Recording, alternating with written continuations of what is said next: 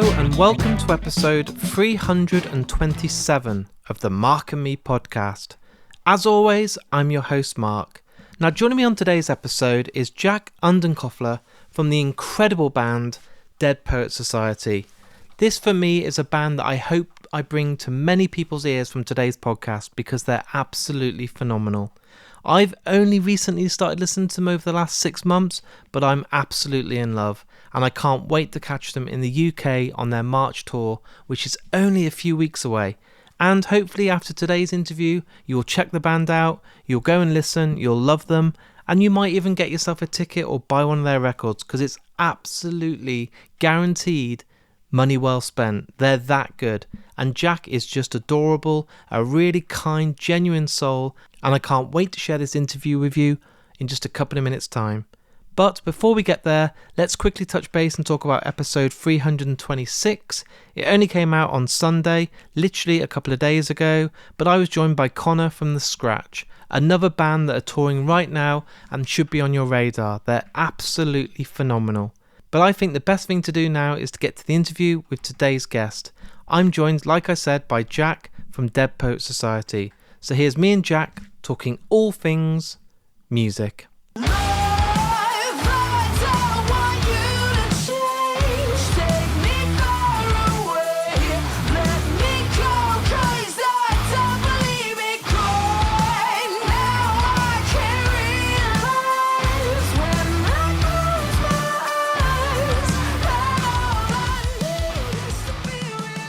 So Jack, thanks for joining me today on the Mark and Me podcast.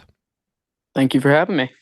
Jack, what I love to do with all guests that have come on, and I've done the podcast now for 7 years, but it's always the same first question. I'm really intrigued, what was that first album that you remember buying as a kid? Maybe it was with your pocket money or someone in the family gave you, but that first album that you remember absolutely just adoring. I think it was Creed, actually. Or maybe it was All American. You tell people that? I'm tired of pretending Creed's not an amazing band, dude. Yeah, that's fair. I love that band. And also, or it might have... No, you know what it was? It was Smash Mouth. Oh, wow. Yeah, but like their first album. Yeah. Yeah, back when they were like when they first started, they were like a ska-ish band. So I think it was that album, the one with the car in space on the front. How old are you at this point? I'm trying to picture it when Smash Mouth were kind of... I'm 30 now. Okay, so are we looking like 15, 20 years ago? Yeah, that sucks. No, 20 years ago. Yeah, probably like 20 years ago. Yeah, that's all right. Yeah. So were you kind of straight away wanting to go down the avenue of getting into punk rock and that sort of like Offspring and Green Day and Blink-182? Did that kind of come from Smash Mouth, or did you go in a slightly different direction? I don't, so I wasn't introduced to a lot of music growing up. No. My parents they were huge into Frank Sinatra, Chet Baker, and like Earth, Wind, and Fire. And so we listened to a lot of that growing up, but most of the stuff that all of my friends grew up listening to, I had to kind of like discover on my own. Yeah. Like classic rock, I didn't listen to any of it till I was in high school. And but when I first started playing guitar, it was Green Day mostly that I listened to. And then my dad, out of nowhere, even though he never listened to Bob Dylan, got me this like Bob Dylan Essentials chord book. I just went through and learned probably like 2/3 of the 50 songs that were in there. And those two artists, Green Day and Bob Dylan, were kind of like the start of my interest in music. I mean, I'm 41, so I'm a bit older than you, but I was very similar. So my mum got me a guitar book and it was like the basic chords, C, G, D, and A. Mm-hmm. But then it was like play along with the Beatles, and it just had like 50 Beatles songs in. And it was only just after that I discovered you could go, and this is before the internet and stuff, like, buying tab was a big thing. So you'd buy an album of tablature, and I'd learn literally Green Day Dookie.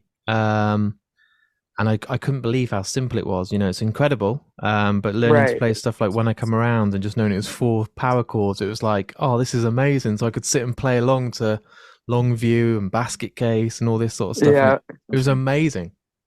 Oh yeah, it's so sick when you're that age too, because you're just full of like raw emotion that once you get those chords down, you're just purely feeling everything that you're doing. You're just like just fucking digging into it. I don't It's know if it's just amazing. been like I don't know if it's just being an innocent kid, but I seem to remember back then as well. It always seemed a lot easier. Like I could pick up the guitar and play along to these Green Day songs and just have fun with it and just sit there playing along.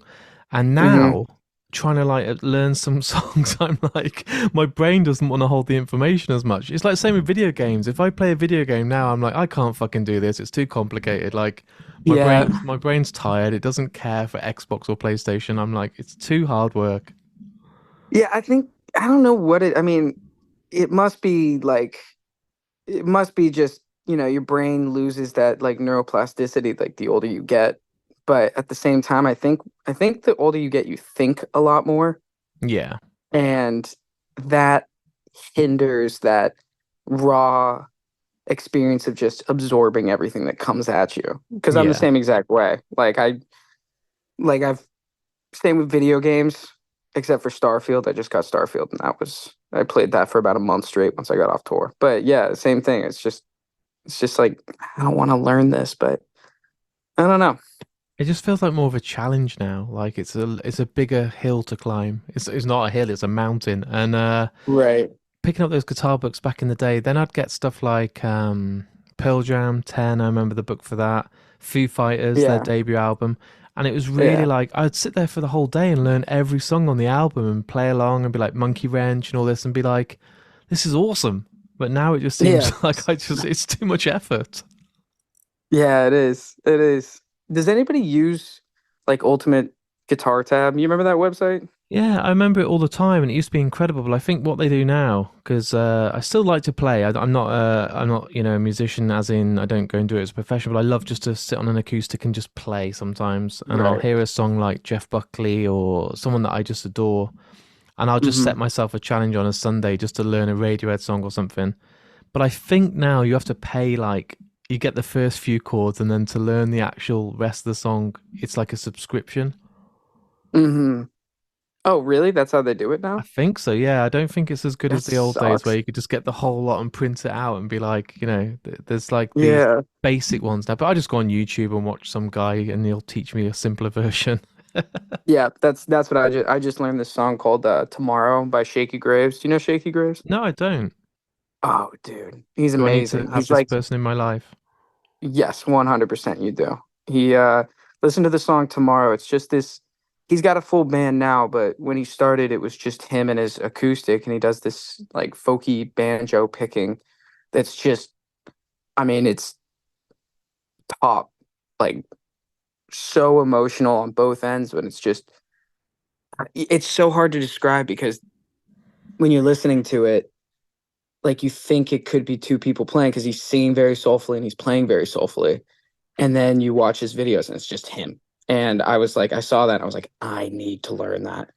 And so I went online and I spent the past like 3 months just watching this dude just slowly play through the song.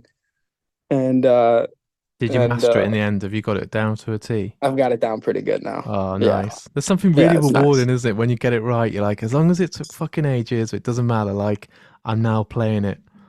Yeah, when you reach that point where you don't have to think about it anymore. Oh, it's so Embedded nice. somewhere there and you're like, oh, this is autopilot. And you can just look away and be like, oh, I'm still playing. Yep. Yeah. So, what It's about good. live music, dude? Because we've talked about Green Day and they were one of the first bands I ever saw on the Dookie tour. So, it shows my age. Hmm. Locally in the UK, there's a good place called Wolverhampton. It's not far from where you guys are playing next year in Birmingham. But they used to get these Hmm. incredible big bands in these really small venues. So, I saw stuff like Korn, Limp Bizkit, Deftones, all in these like, you know, the crowd was no bigger than 200 people. And I was wondering what that first gig was that you can remember you went to that kind of made you have that urge to want to be in a band. Um, my first concert was actually pretty late. I think I was 16. Yeah. I went and saw John Mayer Oh wow. at the Virginia Amphitheater, Virginia Beach, and That's pretty special for a first show. Like some people have come on and just been like, "Oh, I went to see my mate's local band," but John Mayer, like that's awesome. it was pretty unreal, dude. What was really cool about it was we just got lawn seats, like cheapest we could get, and this guy came up to us, and he clearly worked for the venue. He was like, "Are you guys John Mayer fans?" We were like, "Yeah." And he's like, "Well, we're trying to fill up the front. Like, do you guys want these tickets?" And we're like, Wow. "Wait, what?" And this was maybe like four songs in. And we were like, "Yeah, fuck yeah, we do." And so we start walking down to the front, and we get to like the first like row of fucking, like where the lawn turns into the seats, and the person's like, "Go further." So we start walking down more, and we get to the next guy, and we're like, "Where are these seats?" He was like, "Keep going all the way down." So we go all the way down, and we're right up on the stage. And I was like, Oh my it felt god. like we were like breaking some sort of rule being this close. And the person was like, "Yep, right there." We just stood maybe 15 feet from him. It's like, what the hell? And that's your It was a first pretty cool kind of experience. taste of live music. It's never going to go and kind of top that, are you, really? Yeah, no. So, and No. was it at that point you were kind of thinking to yourself, I want to be in a band, I want to do something like this, or was it a bit later on? I mean, you said you were sort of 16, so was it a little bit later that you kind of thought to yourself, I want to go down that road? Yeah, I think I was kind of torn when I was in high school because, the pressure of everybody being like, go to college, Yeah. like you don't want to be a musician, you're gonna work at McDonald's, blah blah blah blah blah. But then like constantly being drawn to that sort of like feeling of just um you can reach like a different level of emotion when you're alone long enough and it's late at night and you're not thinking, and that kind of like just feeling of like involuntarily bringing emotion out of yourself when you create something, was just very tantalizing, and that just kind of kept hitting the back of my head. And my dad was pretty against it. Me. And I remember I it's so cheesy, but I wrote him a song, and he like kind of like teared up a little bit, and he was like, "Do you want to do this?" And I was like, "Yeah." And he's like, "All right, then I'm behind it. Go for it." And that's kind of that was probably like 17-ish. And I just went all in. I applied to go to music school, which was a mistake, but that's how I found my band. And yeah. It's amazing because I ask this to a lot of people, but because I interview film directors or actors or musicians, sometimes I truly believe that a parent's nightmare is their kid turns around and says, "Mom, Dad, I'm going to be the next Kurt Cobain, or I'm going to be in a rock band. Like, I don't want to go to university. I don't want to study." But to have the backing from your dad and your family, that is crucial, isn't it? I mean, Hmm. that's beautiful to hear that your dad, I mean, you wrote a song and kind of won him over, but you proved to him and showed him that, like, please put your kind of faith and trust in me because I really want this. It's not just like a bit of like a hobby. You want to really do something with this. Right, right. And I was, I can't imagine it was very easy for him because I remember having a pretty real conversation with him my freshman year of college. I was like kind of asking for advice, and he grew up in, he was a fighter pilot, military guy, and then he was a pilot for Delta for many years, and so he had no advice. He kind of just was like, "Hey, dude," he was like, I don't know what to tell you. You just gotta kind of figure it out." And so, kind of being on my own in that sort of world of like, okay, every decision I make is fully my responsibility. I don't have any guidance in any of this. I think was really helpful in growing, but like having that simultaneous like, you know, I support what you're doing emotionally. That was kind of nice. So it was kind of like a little bit of support, but also you got to figure it out on your own kind of thing. Yeah. So you Yeah. said you went to music school. Is that where you met all the band members that you're in the band with now? Is that how it all kind of? I was going to say, how did you guys kind of meet? But is that how it all like kind of came as one? Yeah. Yeah. So my freshman year at Berkeley, I was friends with our guitarist Jack's roommate. Yeah. And they kind of like it was our guitarist now and then our old bassist at the time. And they were kind of like cycling through band members. And I remember not wanting to join the band at all because I thought they were really bad. And So they know this, or they're going to find out by listening to this, and then you're going to have to no, explain. I've told this story before. I've told this story before. But I thought they were there was even a meme at Berkeley about like how bad they were. And they were so bad, in fact, that one of my best friends was drumming for them at the time. And I like sat him down at this like burrito shop by Berkeley, like as a genuinely concerned friend. And I was like, you have to leave this band, dude. Like, you gotta get out of this band and do something else. And then 6 months later, I ended up joining the band. And I was like, oops. How'd you go from that, like, dude, get out of this, to fuck it, I'll jump in and this sinking boat, I'll join you on it? Like, were you just determined to turn it round? Were you just kind of like, I reckon we have still got something here, even though it's not great, there's something Yeah. there that we can work with?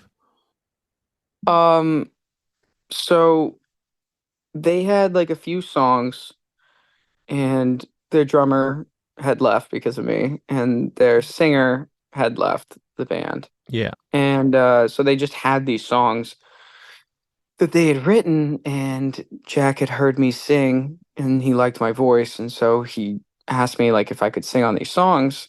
And I was kind of doing my own thing at the time, but I was there was a friend group starting to form, and so I didn't want to be like, no, so I uh I went and sang on a couple of the songs, and I tweaked them like lyrically in a few different places and melodically, and I guess they liked that, and so they asked me to join the band, and I kept dodging it because I really didn't want to join the band, and I just kept dodging them and dodging them.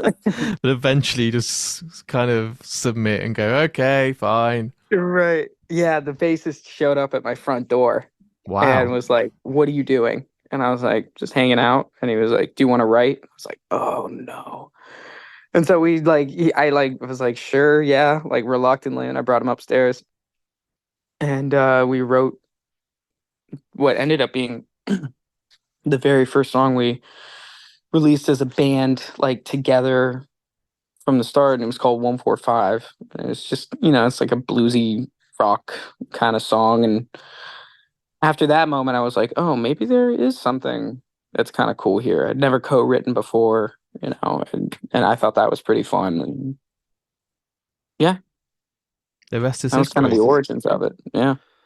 What surprised me about you guys is it's been 10 years since the release of Weapons. Like 10 years has gone by, which just blows my mind. What was your vision when this band, then obviously you joined? There's a bit of a lineup change. I'm sure the dynamics changed. With your expectations of the band, and I say this with respect, at that point being quite low, like, you didn't really love this band. You were like, guys, you're terrible. Did you Mhm. kind of have this anticipation and kind of goal for you guys as we will just play as many shows as we can. We will just work our asses off and basically get as many support slots as we can, and then just hopefully it'll just naturally and organically grow. Um, yeah, I think it was a pretty heavy hustle mindset from the beginning because we didn't really know what to do. Nobody knows what to do. It starts off, you just like making music, and you're writing something, and you don't know what you're gonna do with it. You just know to like, all right, we have this thing that we think is really sick. Let's just put it out there. And once we did that a few times, like we released our Weapons EP, and then we released a song called Sound and Silence. And it's kind of like uh, in my looking back on it, I don't like that song very much at all. But I know like In there's hindsight, still yeah. people that, yeah, in hindsight. But we advertised it to like North America just because it was like this broad. swath of land with no targeting. We didn't know how to use Google AdWords. We just advertised it everywhere on YouTube. And for like, we had a budget of like $200, $300. We just spit it out there, and this YouTuber down in Mexico found it and shouted it out on his YouTube channel, and we got like 100,000 views on it like overnight. Wow.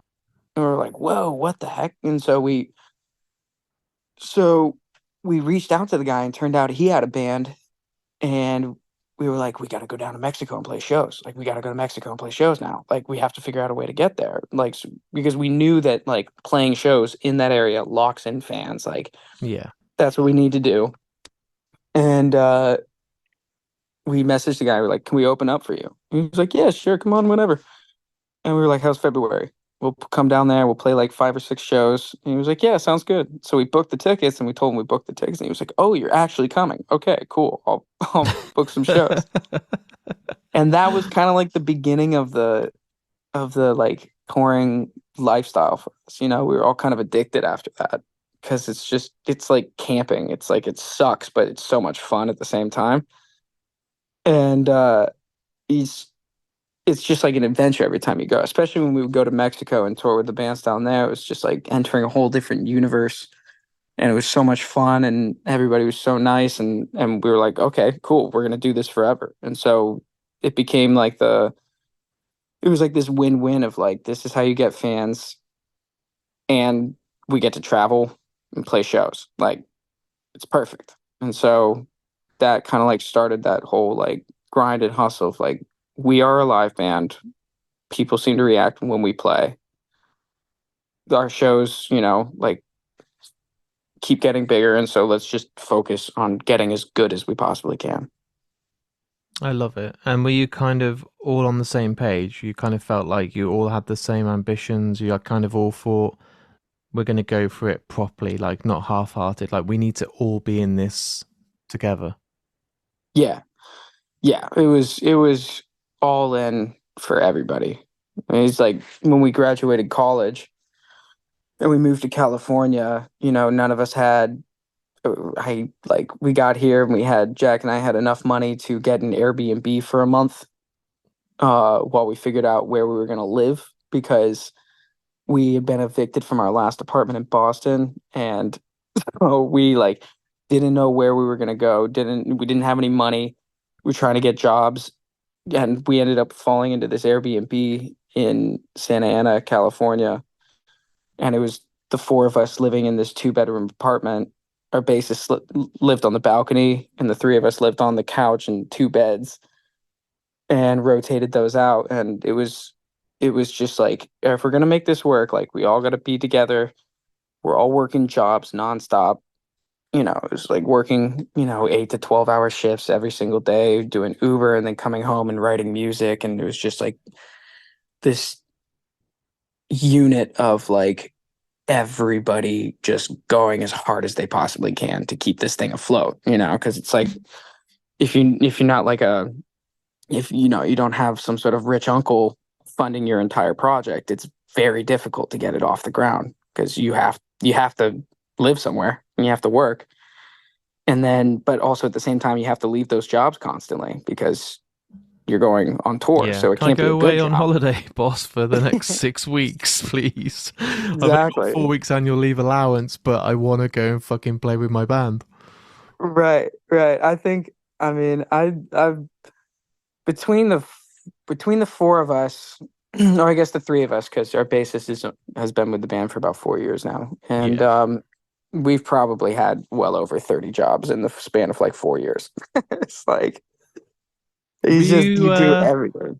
were you kind of mentally reassured while you were doing this by the fact that when you were doing these shows and you were taking this annual leave from work and quitting jobs, the crowds were getting bigger, more people were singing back your songs? You noticed the kind of, okay, we're supporting this band and we're going to try and win some fans over.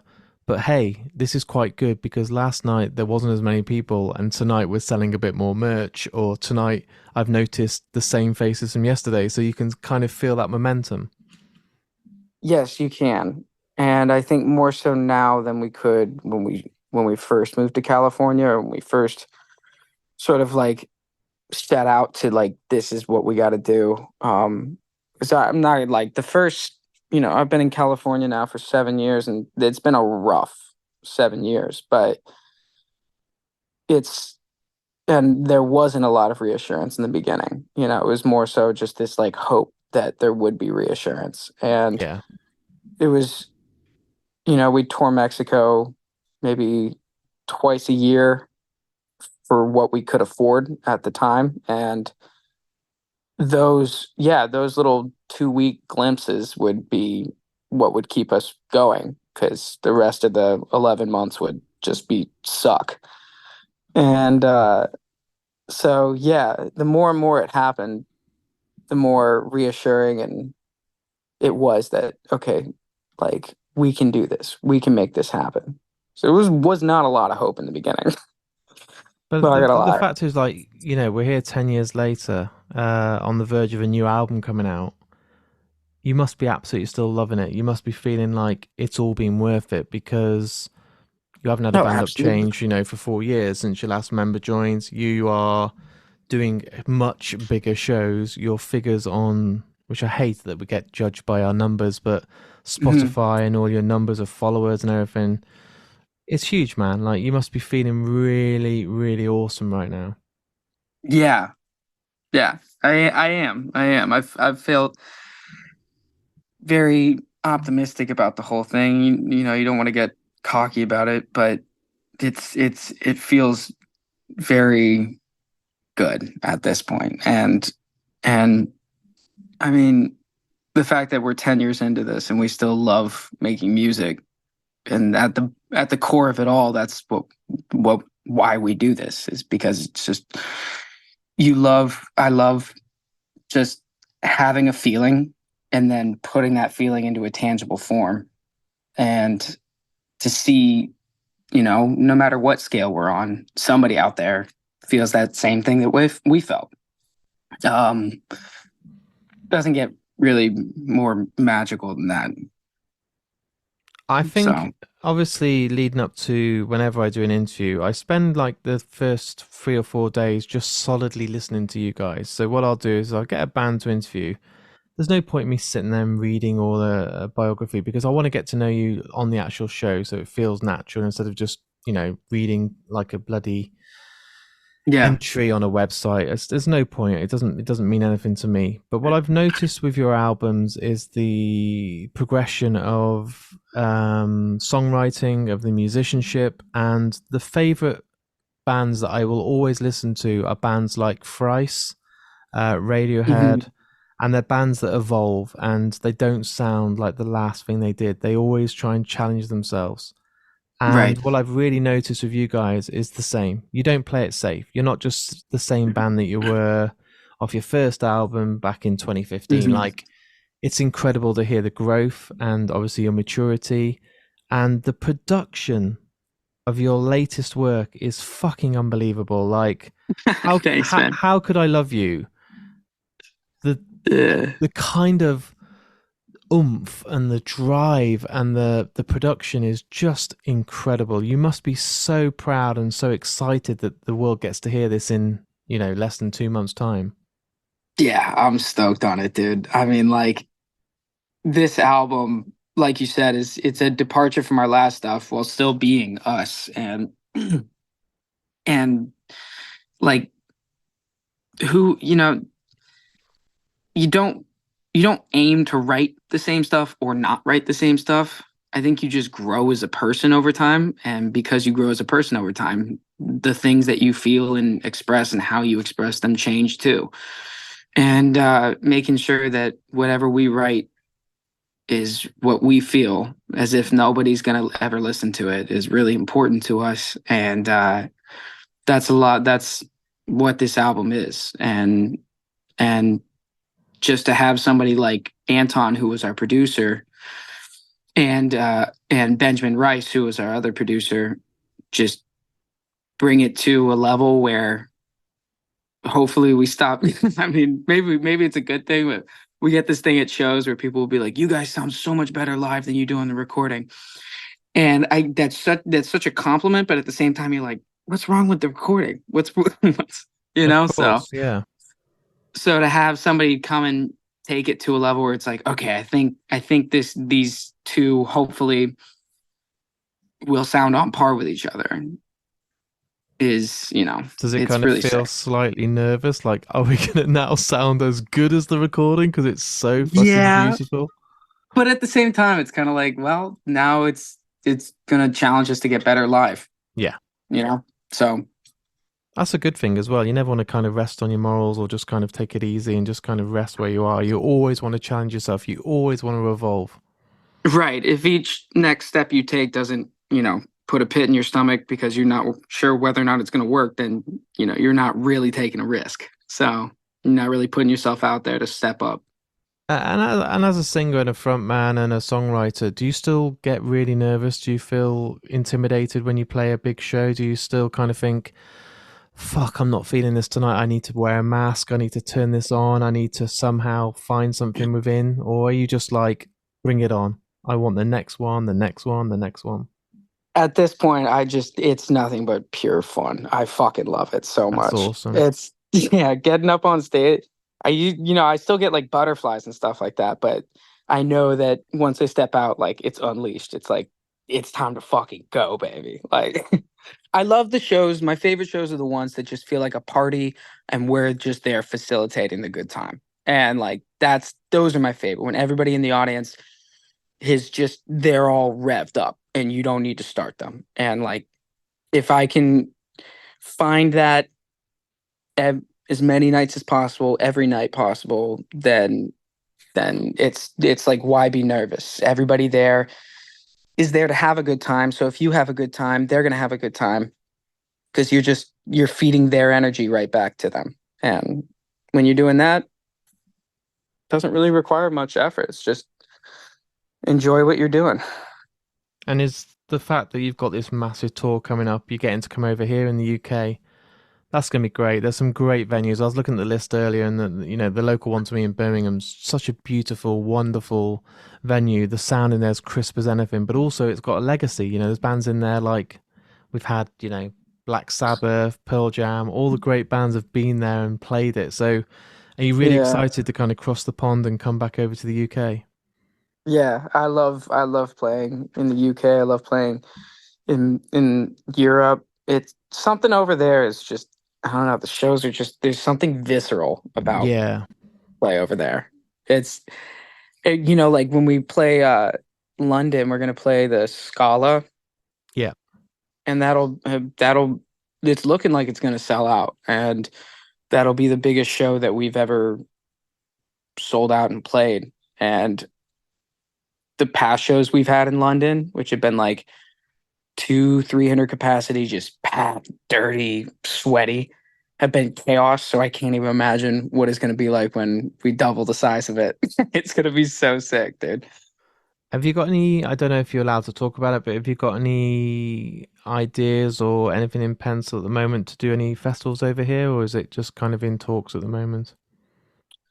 I think we're looking at festivals. I don't know what's been announced and what hasn't, or what's like official and what isn't. Yeah, So there are definitely festivals come. I know that. you're teasing me now. There's announcements every week at the moment. We just had Download, we just had 2000 Trees, we just had Hmm. Arctangent, so that a lot of stuff's happening. So I'm sure it won't be long until I see you guys on a poster. Yeah, both fun festivals, by the way. Yeah, Yeah, very, those are very great. cool. Really good. And they're just a really good environment. Like, the atmosphere there is just everyone's there just for the music. There's no dickheads. It's just a really great Right. place. I miss it so much because I do all of them over in the summer in here, and I go and interview Hmm. bands all day every day, and I fucking love it. And then it comes to the winter, and it's kind of like I've gone into hibernation. I'm like, come on, I want it to get to the Yeah, summer I again. know. I want to see The those festivals shows. are just it's just such a sick vibe to just, I mean, I, as like from an artist perspective, you go there, you play 45 minutes of just like, go up there, do your thing. And then the rest of the day, it's like you're at a theme park. Yeah. It's like fucking amazing. And it's just such an awesome vibe and everybody's just hanging out. Yeah, it's great. Well, Can't wait for it to when come I back. see the announcement and there is some official stuff, I will make sure we catch up face to face. I'll have you a beer and we'll actually just carry on chatting. I'd love that. That'd be awesome. What I do on this podcast, and I do it to every guest that comes on, and I do put you on the spot. And I think songwriters and especially musicians find this difficult because it's your life. But what I try and do to keep the podcast original as I can is everyone gets to choose the last song that's played. So after the podcast is edited and all the world's ready to listen to me and you talk, one Hmm. song plays. Now, it doesn't have to be by your own band. You know, there's only been one person that's ever picked his own band, but everyone else chooses a song or a band that means something to them. And I know I'm putting you on the spot, and there's probably a million songs in your head now going did did did did did. But what's the one that kind of came to your heart and soul as I asked the question that you would love to be played today? I would say "Read My Mind" by the Killers. That's a fucking great tune. I love that song so much. Is there a reason behind it why you love that song? Does it captivate like a certain part of your life? Is it bring back certain memories? Is there nostalgia in it, or is it just that you love the song? To be honest, I don't really know, but that part in the bridge where he goes, slip in my faith until I fall, she never return that call. Well, then open the door, don't let it stay. Amazing. That part, oh, that part makes me like want to cry every time I hear it. I don't know Yeah. why, because I don't even know what those lyrics mean. But yeah, it's just that song. Oh, it's so good. It's incredible when you find those songs, and sometimes there doesn't need to be a reason. You know, Corduroy by Pearl Jam. I don't know why, but the break it down and then it suddenly builds up, and Eddie's voice when it just kicks back in. I think he doesn't even say anything. I think he just goes, "Hey!" But the way it crisps, like the way it just does it every single time, even though I've listened to it a Hmm. thousand times, the hairs stick up on my neck, and I'm just like, It's so crazy, right? it's like a It's like, drug. Yeah, yeah, it's so weird how music is just this like, we have these emotions, these perceptions that were built for, survival, like happiness, horniness, anger, sadness, all these things.